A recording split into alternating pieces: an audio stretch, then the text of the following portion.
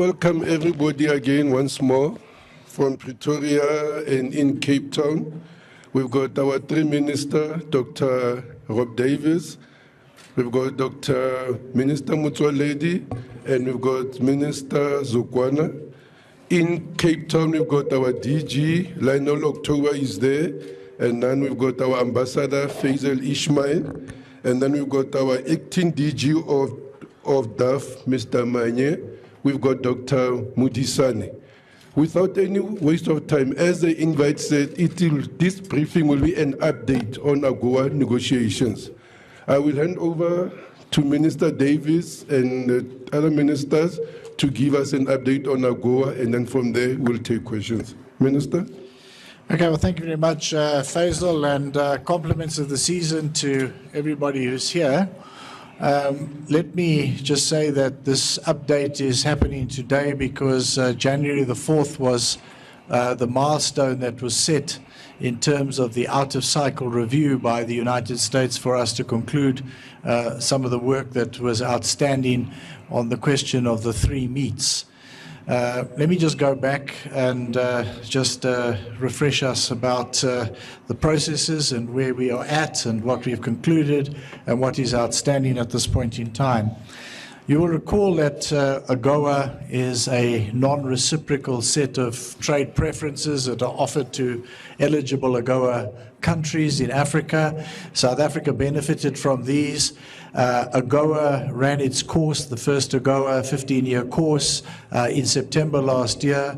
The new AGOA was made conditional for us on us agreeing to imports of certain meat products from the United States. They were the question of bovine spongiform encephalitis and declaring that to be no longer applicable in terms of the beef from the United States. They included a series of diseases on pork where they wanted us also to declare that those pork products could enter South Africa. And then there was a question of chicken, and the question of chicken was bone-in portions. And the request initially was that we would remove the anti-dumping duty, which had been enforced since 2001. We then entered a negotiation with the local poultry industry very much actively involved, and we reached an agreement in June last year in Paris that there would be a quota of 65,000 tons rising each year of the growth factor, and that would be admitted into the South African market. Those are what are called bone-in portions. Those are legs and wings and other back portions, they sometimes call. That was the gist of the agreement. What was outstanding in terms of the agreement were really the administration of the quota. How was that going to be administered? And then the sanitary and phytosanitary matters, or if you want to put them more simply, matters of animal and human health. What has happened in the up to now is that we've made what both sides are acknowledging as considerable and discernible progress, including all through the holiday period when there were continued interactions on the outstanding issues. As we sit here now, what we've got in place is we have an avian influenza certificate already issued on our side. We have in place the rules for the administration of the tariff quota, at least in an interim arrangement. That was published in the Government Gazette on the 18th of December. We have, to a very large extent, and I think we can say for all practical purposes, concluded on the pork issue. On the beef, the issue that arose was the question of beef. Is it just for beef that is born and bred in the United States, or is it for beef that comes in from neighboring countries into the United States? And there seems to be, well, we have submitted a proposal. We are waiting to hear the answer to that beef that comes in from neighboring countries, which has been part of the United States herd for 90 days. That beef will qualify after a quarantine period of 90 days. That will qualify as though it was born and bred in the United States. The outstanding matter is the question of salmonella. And there have been a lot of interactions between our veterinary authorities on the question of salmonella. Really the levels of tolerance for salmonella and the procedures for the detection or the procedures that would follow the detection of any salmonella. We were given an indicative date to conclude all of this on the 31st of December. Although our authorities on both sides had been interacting, and we have been interacting as well throughout this period, and that there was a meeting indeed on the 31st of December, they did not conclude. We are waiting a response on the proposal on the beef, and we are still engaged in further discussions. There have been various questions posed to the United States on the salmonella issue, for which we are waiting an answer and looking for an outcome on that. So as we sit now, we are recognizing that we are in extra time, that we are now past full time, if you like. We're in extra time, but the whistle hasn't, as of this moment, been blown. And we are hoping that the whistle will not be blown to give our veterinary authorities on both sides an opportunity to engage again. They have a meeting planned for the 6th, and the work will continue whether the whistle is blown or not, because the consequences of the whistle being blown would be that certain products that are currently enjoying access under AGOA, and those are the agricultural products, would be excluded. We'd have to see the terms of that exclusion, so it would be a partial exclusion from AGOA benefits for a period of time. And if we still did not find a solution, then that would be ramped up, is our understanding. But we're also told that if there is a partial exclusion and we then do reach an agreement, there can be a very quick reversal of any orders which may be arising at that time. But as I said, we are not the ones that blow the whistle. We know we're in extra time. We are committed to continuing to work to find a solution that, from our point of view, would allow us to honor the commitment that we made in Paris on poultry, as well as the commitments which we've already made on beef and on pork. Allow us, in other words, to honor all the commitments that we made as part of the AGOA process around the 3 meats, and at the same time also to ensure that we do not pose unacceptable risks to our plant and human health in South Africa. That's what the issue's been all the way along, and it's to find that kind of a balance and to find that kind of win-win outcome, and that's what we as government are committed to continue to work for. So I think that's a summary of where we're at. There will be a written document which we will circulate before the end of this press conference, which is more or less along the same lines. But at this point, I'll invite my colleagues either to add anything or we can open up for questions. But that is the conclusion of the introduction from myself. Thank you very much. Okay. Thank you, Minister. Colleagues, without any waste of time, we'll take questions from Pretoria. Introduce yourself and the organization. Renee? Thank you. Good afternoon, Minister. It's Renee Volgraaf from Bloomberg News. Minister, I just want, on a kind of technical issue, you mentioned some products might be excluded from this duty-free access we have to the US, and it's farming products, but is wine included in the broader farming products category? In other words, if we do get this exclusion, will our wine exports under AGOA to the US be affected by this? And you are saying we are in extra time. Is there a certain date this week by which, you know, our extra time will run out? I mean, is it Wednesday? Is it Thursday? When will the US say, well, you have now had enough time and we are cancelling your benefits? And then I also just want to make sure that you say that if we do lose this benefits temporarily, it can be reversed or we can reapply. Can you maybe just tell us what the process would be if we do lose these benefits to reapply for it, or to make sure that our products can again get the duty-free access? Okay. At the back there. I'm Morgan from SABC. Just two questions. If all of you ministers, well, my questions are directed to any of you.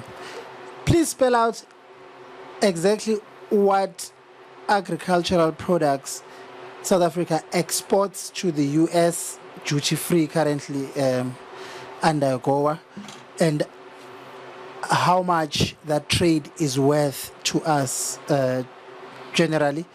And the second question is, can you give us a guarantee and an assurance that under no circumstances, even as things stand now, will you as the government give in or allow the importation of US agricultural products which could make us sick?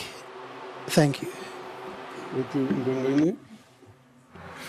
Good afternoon, Ministers. Angelo Coppola from CCTV. Can you describe the situation with the motor manufacturing sector and whether that's going to impact your decision-making process? Okay, colleague. Gerard from Farmers Weekly. I just want to find out what part of citrus exports are affected or will be affected if they are excluded. Okay, thank you. Minister? All right, thanks. Let me just say that it would not be for us to prescribe exclusion notices or to give the list of products. So we'd have to see what the notice would say as to whether any particular product is in or out, whether wine counts as an agricultural product or not. But we have been told that in general terms that the first set of exclusions will be for agricultural products. And that's what we've been told. And that we've been told that if that happens, it can easily be reversed if we do reach an agreement subsequently. So that's what we've been told. And then on a date this week, as I said earlier, I was trying to use the analogy, we don't blow the whistle. So we haven't been told anything like that. I know that that is something that the other side will be considering. And as I said, we are hoping that we do have this breathing space for us to conclude and continue the work, but we'll continue the work whether the whistle is blown or not to try to find a solution. It's actually not an easy matter to say what is the value of AGOA, either for particular products or as a whole, because there is what you'd have to do would be to look at the fact that we are still eligible for general system of preferences in the United States, and then in some cases you'd have to look at the MFN, most favored nation tariff, and you'd have to see whether the difference between the AGOA, the GSP, and the MFN was so great that it would stop the trade or not. And there are different assessments for different products, and I'm not going to be able to sit through here and tell you, but I can tell you in very, very broad terms that something like 25 billion rand of the 70 billion rand exports to the United States from South Africa go through in terms of AGOA. That's what it is. As I say, it's not necessarily the case that none of that would get through if we didn't have AGOA. Some of it might get through under GSP or even the MFN. But that is the figure up to now. And the trade tips Trade and Industrial Policy Group, research group, they estimate that there are about 62,000 jobs in South Africa that are in industries that benefit from AGOA. That's the sort of ballpark figures that are around. Now, what agricultural products? Well, I think my colleague can give more, but the ones that I'm aware of are citrus. It's macadamia nuts, which is quite a labor-intensive sector. It's canned fruit. It's wine, if wine is counted as an agricultural product. It's a few other things like avocados. and there may be a few other more minor products. Those are the main agricultural products that benefit from AGOA. As I said, there may be a different answer, product by product. What would happen if that AGOA access was suspended? In some cases, it may mean no more exports. In some cases, it may mean, well, you'll have to pay more duty than before, but the trade would continue. That's something that we're not aware of in detail at this point. Then on the other side, there's the question of the motor industry. Well, at the moment, the BMW sedan car, which they produce in Roslyn, which incidentally won the J.D. Power Platinum Award for the best quality import into the United States. It beat every other model, every other factory for things like quality, on-time delivery, least defects, and all of that. That model will continue to be exported to the United States, and it is their intention to continue to do so and use AGOA. I'm told that the loss of AGOA benefits there would add about $1,000 to a $40,000 vehicle. That would be the implications of that. The new X3 model, however, would not. The new X3 model is also manufactured in the United States, so it would be targeting other models. Mercedes-Benz has not been using AGOA because they have a plant in the US in the last year or two, but they are planning to use AGOA for the C-Class Mercedes as well. So those, I think, are the two main auto sector issues that would arise. But actually, autos are not currently under threat. There's been no indication at this point in time, although in very general terms, that if after a period of time with agriculture, then there would be more added, if that would include everything or some, and whether autos would be part of it, we have no idea at this point in time. And then I haven't got the figures for the total of the citrus exports, but citrus is a diversifying sector because it's facing some very serious SPS matters in the European Union. They've been moving to a number of places around the world. One of them is the United States, but another one is Russia. So the citrus industry. But I don't know, maybe my colleague has got more details on any of these matters.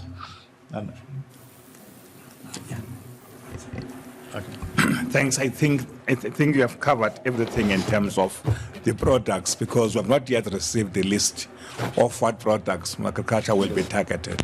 But let's take note that we are still continuing to negotiate.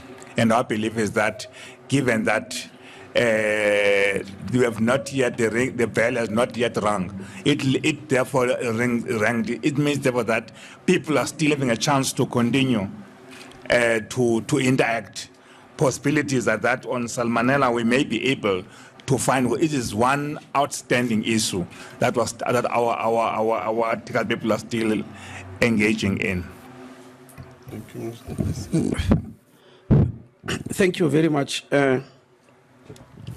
I'm answering the question from SABC about guaranteeing that we can give a guarantee that under no conditions will the government capitulate and expose the citizens to diseases. First of all, no government in the world deliberately or willfully exposes its diseases to any type of disease. Its citizens to any type of disease whatsoever. I've never come across any government anywhere in the world that willfully did that. Government always protect their citizens against diseases. That's what every government in the world practices. The second thing I want to mention is that the issues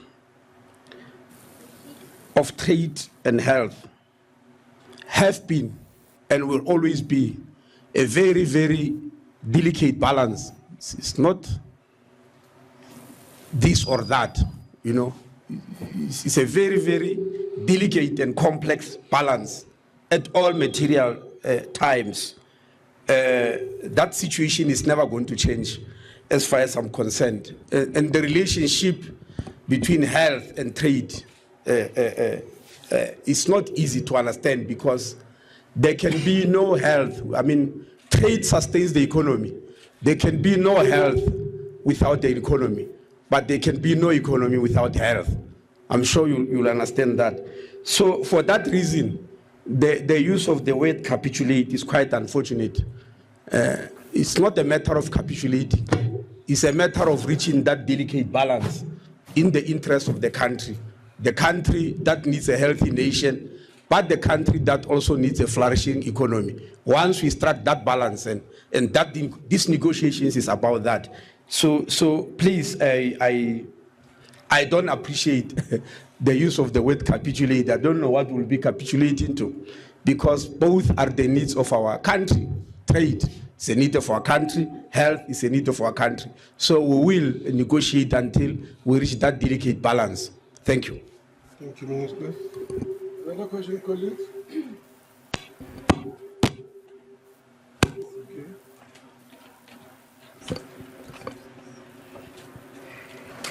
Afternoon, Ministers. This question just goes to any of you. Following sorry, Bongiwa Kumalo from ENC. Following the tweet that was sent by the U.S. Embassy on the fact that they're saying the stakes are high, they hope that government moves quickly to resolve the outstanding issues, and it has sparked some outrage from people saying that the U.S. seems to be bullying South Africa into making a decision. Does government, as you say that there's negotiations that are still continuing, do you feel that there is some bullying taking place here, or do you feel that this is still going ahead as planned? Thank you. Okay. Antoinette Slavert from MoneyWeb. Following on this question also about the tweets from the US Embassy, they seem to implicate that South Africa is being a bit pedantic, that many other countries accept these standards, but we are a bit picky. Could you comment on that, please? Another question?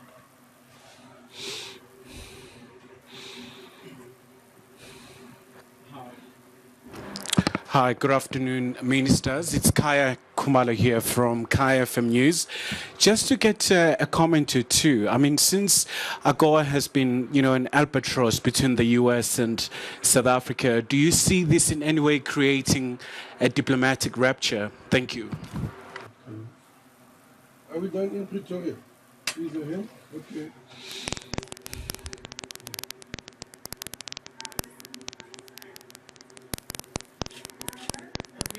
We can hear you, man. Speak loud. It's not working. I think it's not working.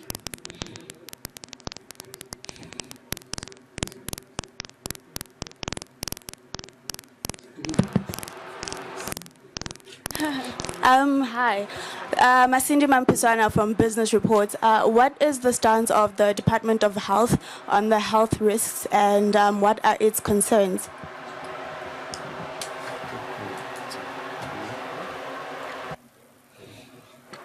Kristen van Schie from AFP. Is there any circumstance under which the South African government would decide to let AGOA lapse?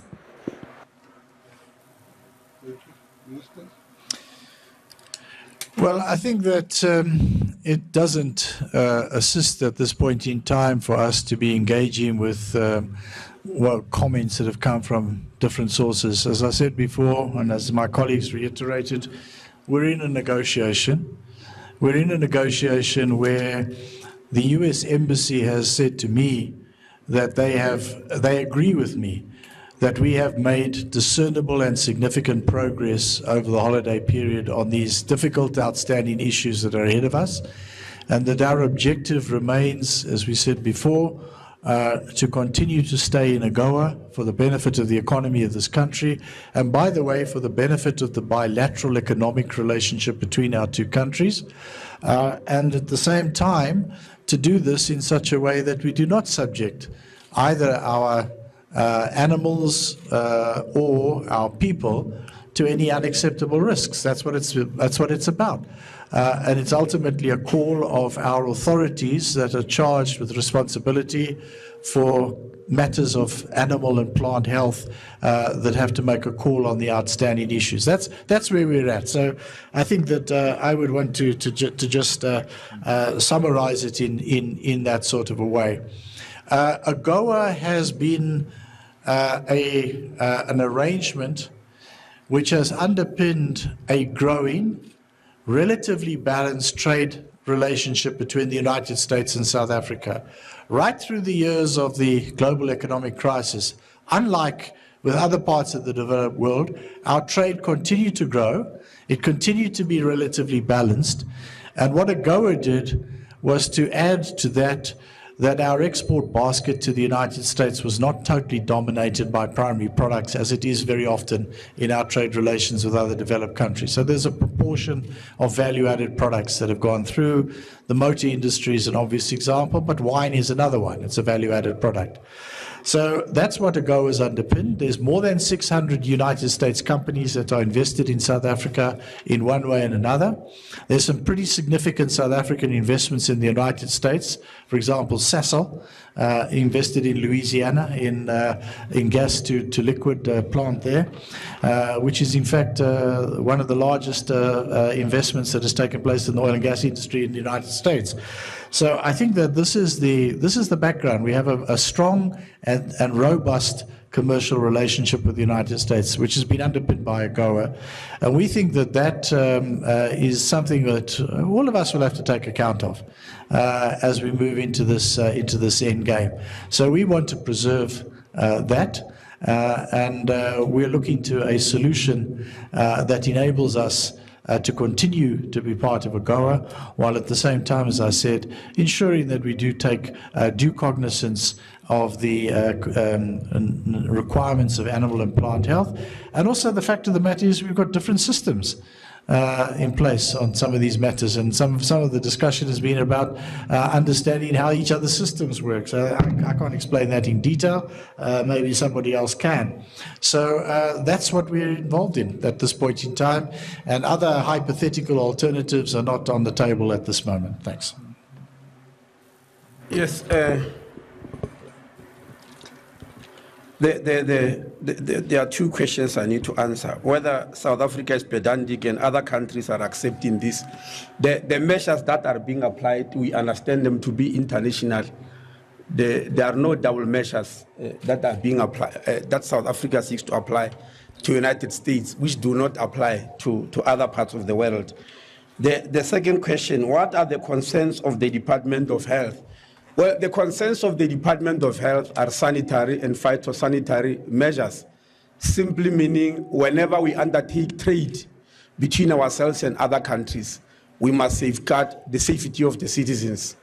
And that's our main concern, to make sure that the citizens are safe, that trade does not have adverse health outcomes, because at any rate, if there are adverse health outcomes, they will simply reverse the very same trade benefits.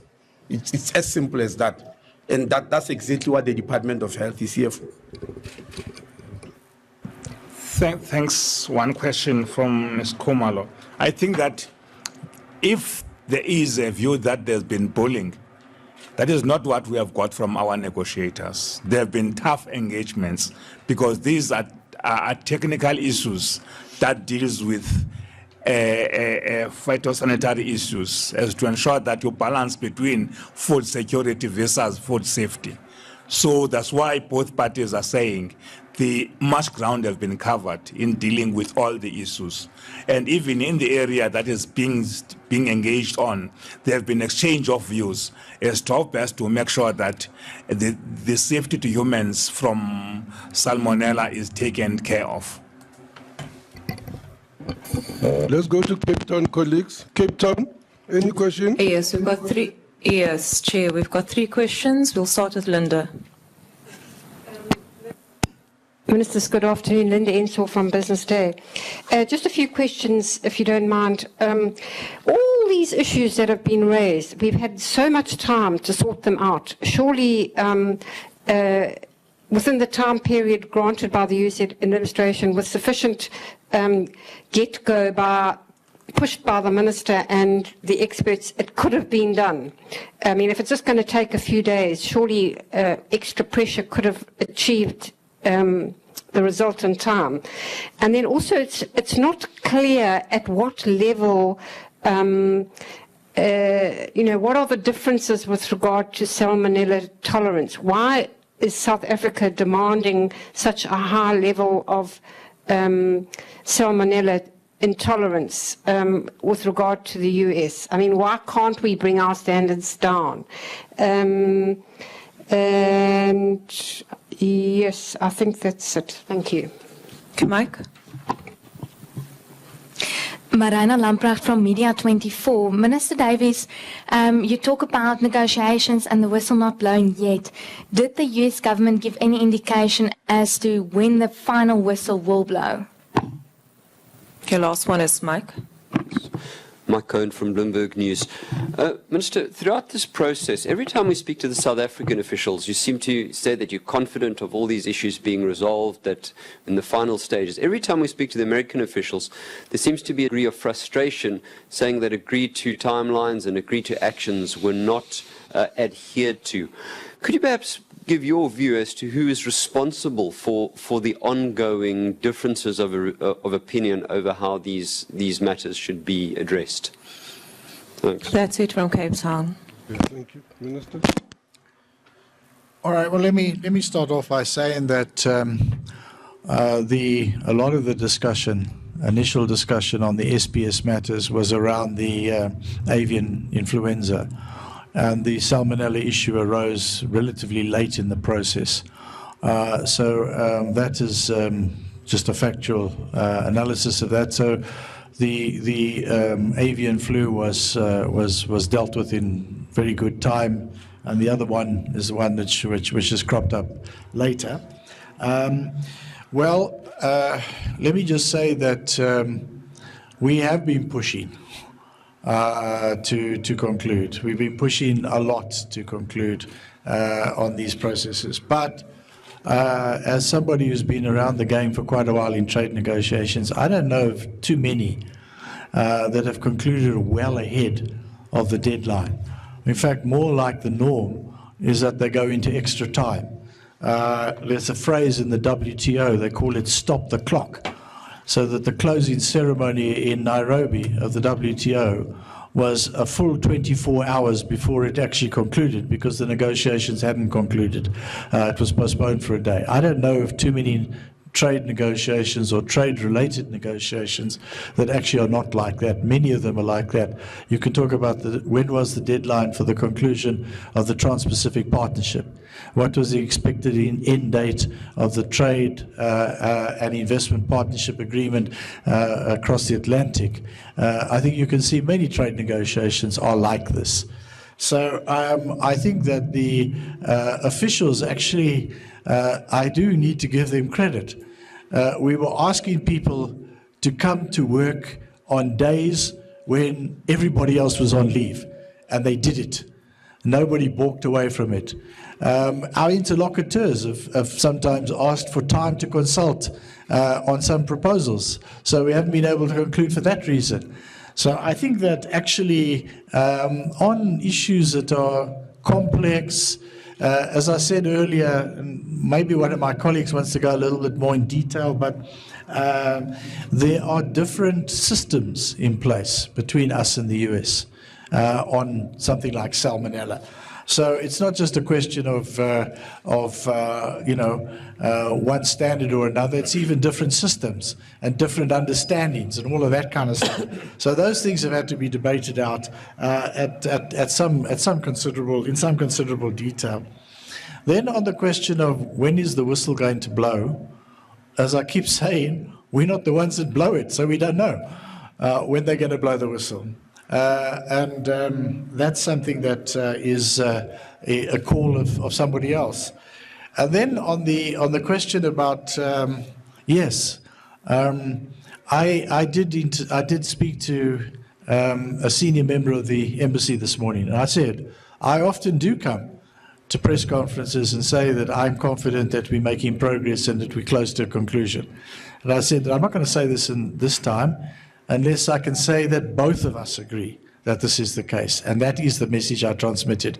Both of us agree that over the holiday period we have made considerable and significant progress, and that we are now in the end game of the process. And that's where we see ourselves, and that's what our mandate is from our leaders and everybody, is to conclude this negotiation, to come out with a successful outcome, which, as I said, on the one hand ensures that we continue to benefit from AGOA, on the other hand ensures that we do it in such a way that we are responsible as a government in terms of our agricultural industry and in terms of our human health.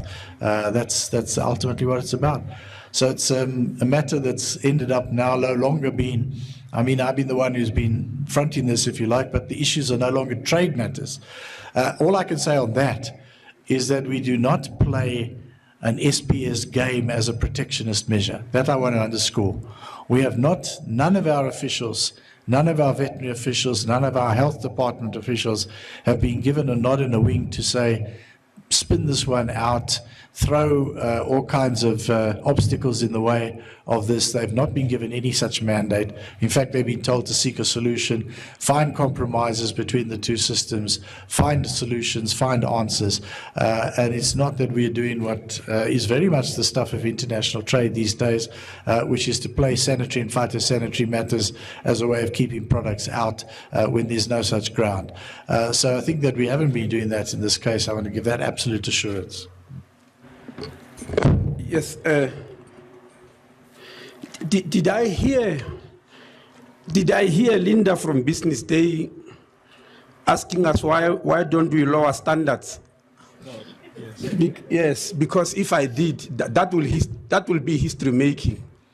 It will go if down. I could just clarify, are our standards unrealistically high in relation to what is required in the rest of the world? I mean, are our standards necessary for human health? Haven't we gone overboard? Thank you. Yes, well, I said so. I said it's history making because ever since I became the minister, the questions we always, or complaints we get from the media are of lower standard rather than being asked to lower standards. They always want high standards at all times.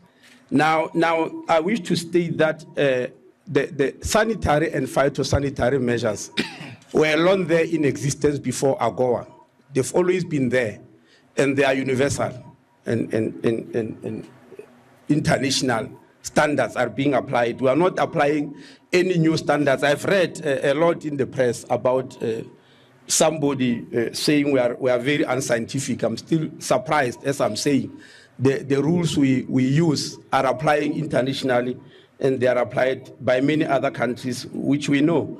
So the issue of lowering standards is a very, very loaded question. I don't think any minister can stand up in front of the public, or any government for that matter, and tell the citizens that I'm now lowering your standards. I think it's an insult,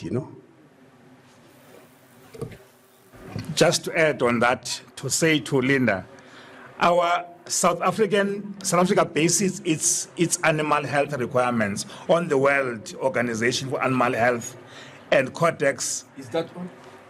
Yeah, it should be. So we are not lowering or hiring. We are sticking to the standard that are set globally, on which the US is part of. So if any proof is new that we are either lowering or upping, that is unfounded according to my understanding of what has been at place, since we're still negotiating. We would not be negotiating if we're coming up with things new.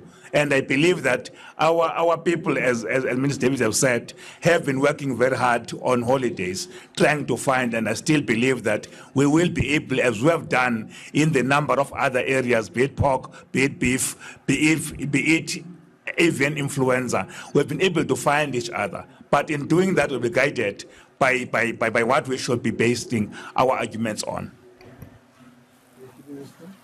Colleagues, I saw hands here. Okay. Ministers, it's Angelo Coppola again from CCTV.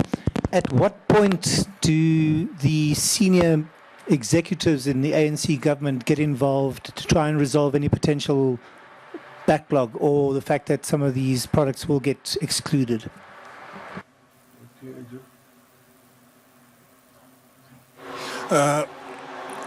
Manuel Kinenza from Business Report. My question is principally for Minister Zogwana. Minister, could you give us an update of the drought situation, government's intervention therein, and also if this proverbial whistle blows, is South Africa's agricultural industry, what is the state of agriculture's industry's state of readiness to import? Do we have the capacity, or has that capacity been sort of eroded by the drought situation? Thank you.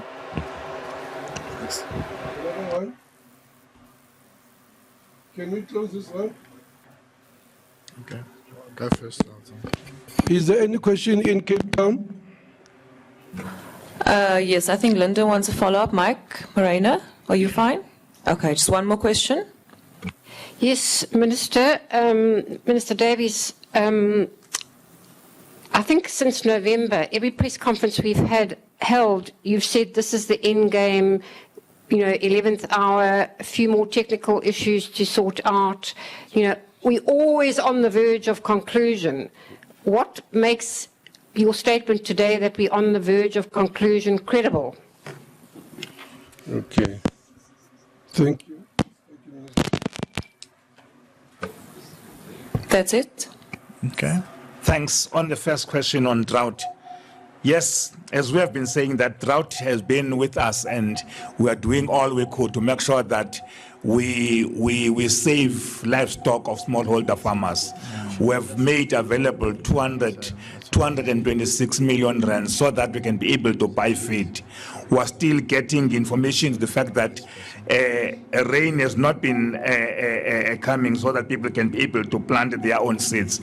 As to the impact thereof, we'll be informed by meetings that will take place. Yes, we may be compelled, for instance, on white maize and yellow maize.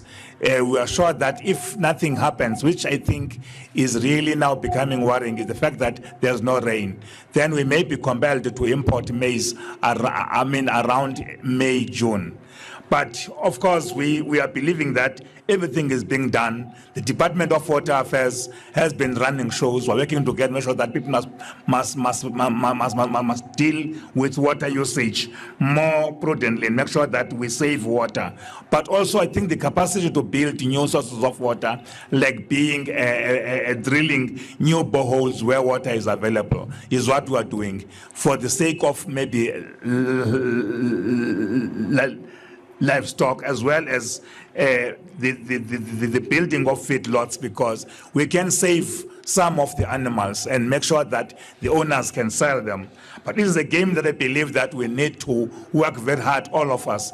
But the challenge of fires, so that we're able to deal with fires, because once it becomes more dry and the heat and the climate is as is now, those are challenges we're faced with.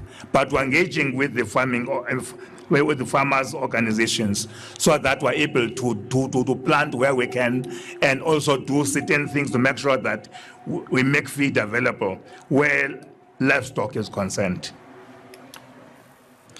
Linda, on Okay, no, thank you. Let me just answer the 2 points, just to say that we have been keeping our principals informed of the evolution of this process, particularly over the last few weeks. We have been doing that on a consistent basis.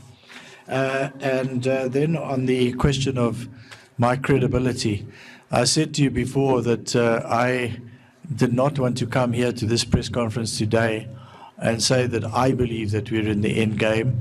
I said that I wanted to be able to say, and I have this assurance that I can say this, that both the United States and ourselves believe that discernible and significant progress was made over the last few weeks on the outstanding issues.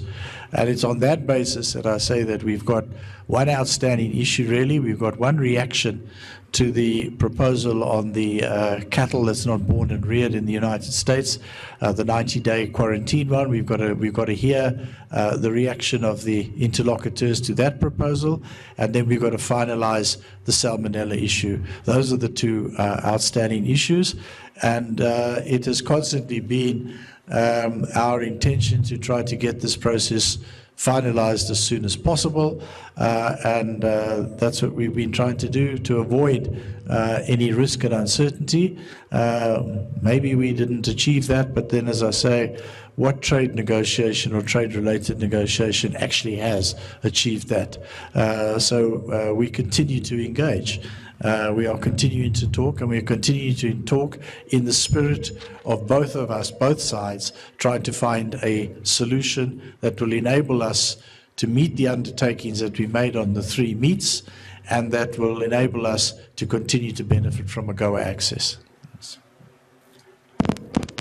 Thank you, Minister. Is it a burning question? I want us to close.